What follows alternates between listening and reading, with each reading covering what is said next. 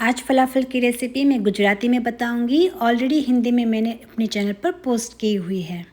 જે આપણે ફલાફલ બનાવીશું એના માટે જોઈશે આ 1.5 કપ જેટલા પલાળેલા કાબુલી ચના, પાસલે, અનિયન, ગાર્લિક. આવું એક ફૂડ પ્રોસેસર કે ચોપર લઈશું. એમાં થોડા કરીને કાબુલી ચણા નાખીશું, એમાં થોડી પાસલે નાખીશું. બધું થોડું નાખવાનું અને ટ્રાય કરવાની કે પાણી વગર પીસાય. હવે આખું પાખું પીસવાનું, એકદમ પેસ્ટ નહીં બનાવવાની ને એકદમ જાડું નહીં રાખવાનું. જો આવું પીસવાનું, પાણી ના હોવું જોઈએ. હવે એને એક બોલમાં કાઢી લઈશું.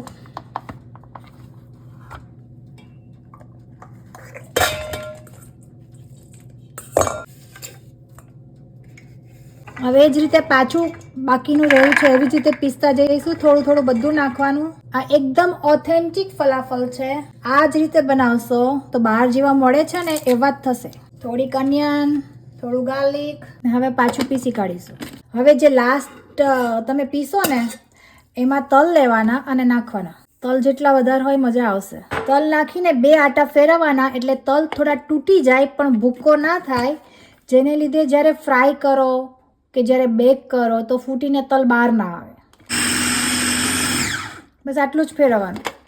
હવે આ બધું કાઢેલું છે એને એકવાર સરખું મિક્સ કરી લેવાનું. પણ મિક્સ કરતાં પહેલાં આપણે થોડા મસાલા નાખીશું. આમાં સ્વાદ અનુસાર મીઠું નાખીશું.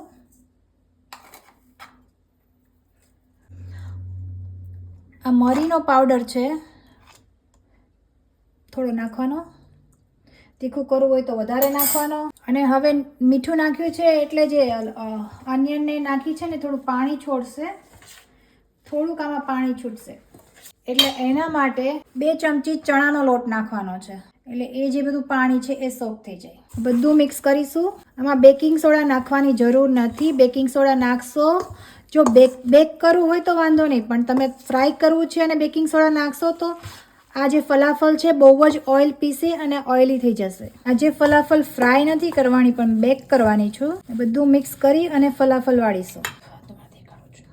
અને કોઈ પણ શેપ આપી શકો. ગોળ પણ આવી રીતે વાળી શકો, પણ હું થોડું ચપટું બનાવું છું એટલે ફટાફટ બેક થઈ જાય. અને આવી રીતે બેકિંગ ટ્રેમાં મૂકી દેવાનું. 3 લાઈન થઈ છે, બાકીનું હજી પડ્યું છે એ બીજી વાર થશે. હવે અહીંયા મેં અવન 300 ડિગ્રી રાખ્યું છે, પ્રીહીટ કરીને રાખ્યું છે. એમાં મૂકીશું અને 30 મિનિટ મૂકું છું અને પછી ચેક કરીને જરૂર પડે તો પાછું મૂકીશું. હવે ફલાફલ માટે જે વ્હાઈટ સોસ એટલે કે વ્હાઈટ ચટણી હોય એ બનાવવાની. એના માટે તહીની જોશે અને ગ્રીક યોગર્ટ. જો ગ્રીક યોગર્ટ ના હોય તો રેગ્યુલર જે ઘરનું દહીં હોય એ દહીંમાંથી થોડું પાણી કાઢી નાખવાનું એટલે ચાલે. જેટલી ક્વોન્ટિટી બનાવવાની હોય એટલું દહીં લેવાનું. તહીનીમાં આવી રીતે ઉપર તેલ આવી ગયું હોય નીચેથી લેવાનું. તેલ જોઈતું હોય તો મિક્સ કરી દેવાનું. મારી જેમ કાઢી નાખવું હોય તો ખાલી નીચેથી પેસ્ટ લઈ લેવાની. તહીનીની પેસ્ટ એટલે ખાલી તલની પેસ્ટ હોય. જો ના હોય, ના મળતું હોય ત્યાં ઇન્ડિયામાં, તો કેવું કરવાનું, તલને મિક્સીમાં લેવાના, થોડા પીસી નાખવાના એટલે તલ પીસતા જવાનું અને થોડું જરૂર પ્રમાણે તલનું તેલ એમાં ઉમેરતું જવાનું એટલે તહીની રેડી થઈ જશે. અમારે આટલી ક્વોન્ટિટીનું દહીં છે એમાં મોટી 2 ચમચી ભરીને હું આ તહીની એડ કરીશ. ઘણા લોકો આમાં ગાર્લિક પણ નાખતા હોય છે, પણ અમને એનો ટેસ્ટ ગાર્લિકવાળો નથી ફાવતો એટલે હું ખાલી સોલ્ટ જ નાખીશ.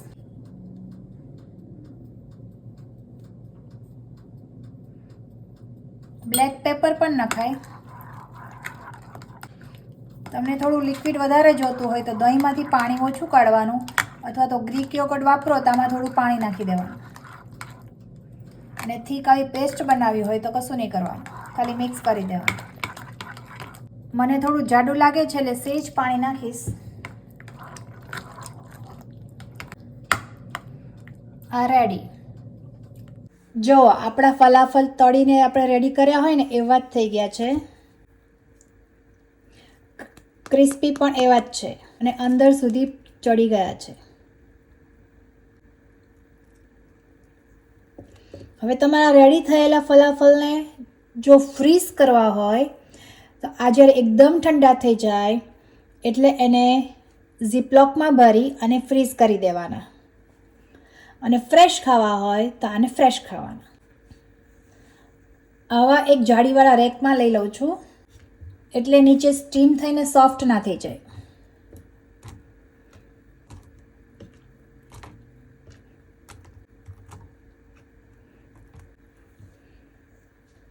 હવે અહીંયા બાકીના ફલાફલને પણ હું એ જ રીતે બેક કરી લઈશ. વચ્ચે એકવાર આપણે ફેરવી દઈશું. અહીંયા ફલાફલની બધી આઈટમો રેડી થઈ ગઈ છે. પીટા છે, મહામુરા છે, રેડ ચટણી છે જે સ્પાઇસી હોય છે, હમ્મસ છે અને આપણી તહીનીવાળી પેસ્ટ અને ફલાફલ. આમાંથી પીટા પોકેટ પણ બને, ફલાફલ બોલ પણ બને અને ફલાફલ આમ જ સ્નેકની જેમ પણ ખાઈ શકાય. અગર તમને આ વિડીયો ગમ્યો હોય તો પ્લીઝ લાઇક, શેર અને મારી ચેનલને સબસ્ક્રાઈબ કરવાનું ના ભૂલતા. Thank you.